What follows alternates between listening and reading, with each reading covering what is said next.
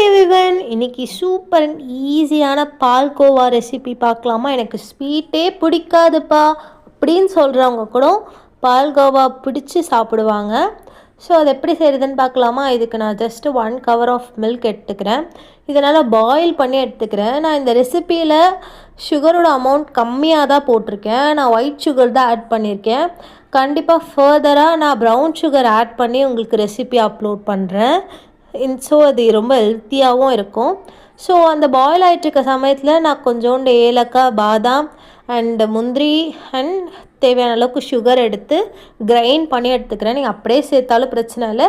அந்த ஏலக்காய்லாம் கிரைண்ட் ஆனது நல்லாயிருக்கும். ஸோ அதனால் அது கூடயே சுகர் எடுத்து போட்டுக்கிட்டேன். ஸோ இது பாயில் ஆக கொஞ்சம் கொஞ்சமாக ஆட் பண்ணுங்கள். கொஞ்சம் ஆட் பண்ணாலும் சரி, மொத்தமாக ஆட் பண்ணாலும் சரி, அது உங்களோட விஷ் தான். ஸோ ஆட் பண்ணி நல்லா கலரை விட்டுக்கணும். சைடில் எந்த ஒரு ஏடுமே படியாத மாதிரி பார்த்துக்கோங்க.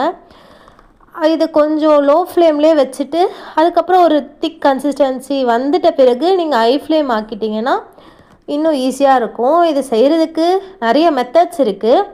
நான் செஞ்ச மாதிரியும் செய்யலாம். இன்னொன்று எனக்கு டக்குன்னு வேணும்ப்பா அப்படின்னு நினச்சிங்க அப்படின்னா நீங்கள் அந்த பாயில் பண்ணிட்டு இருந்த பாலில் கொஞ்சோண்டு லெமனை பிழிஞ்சு விட்டிங்கன்னா அதை கொஞ்சம் திரிஞ்சு உங்களுக்கு கோவா மாதிரி கிடச்சிரும். அதில் சுகர் போட்டு சாப்பிட்லாம்.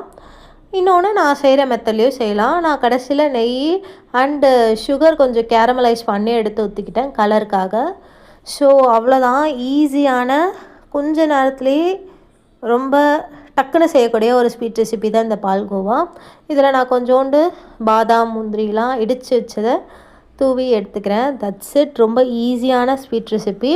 கொஞ்ச நேரத்துலேயே எடுத்து செஞ்சு நீங்கள் கொடுத்துடலாம். ரொம்ப கஷ்டப்படணும் அப்படிலாம் அவசியம் இல்லை. ஜஸ்ட்டு பாலை பாயில் பண்ணி எடுத்தாலே போதும். எனக்கு போர் அடிக்குது அப்படின்னு நினச்சிங்கன்னா ஜஸ்ட்டு 5 நிமிஷத்துலேயே செஞ்சு முடிச்சிடலாம். So that's it. செஞ்சு பார்த்துட்டு எப்படி இருக்குது அப்படின்ட்டு கமெண்ட்டில் மறக்காமல் தட்டி விட்டு போயிடுங்க. டாடா, பை.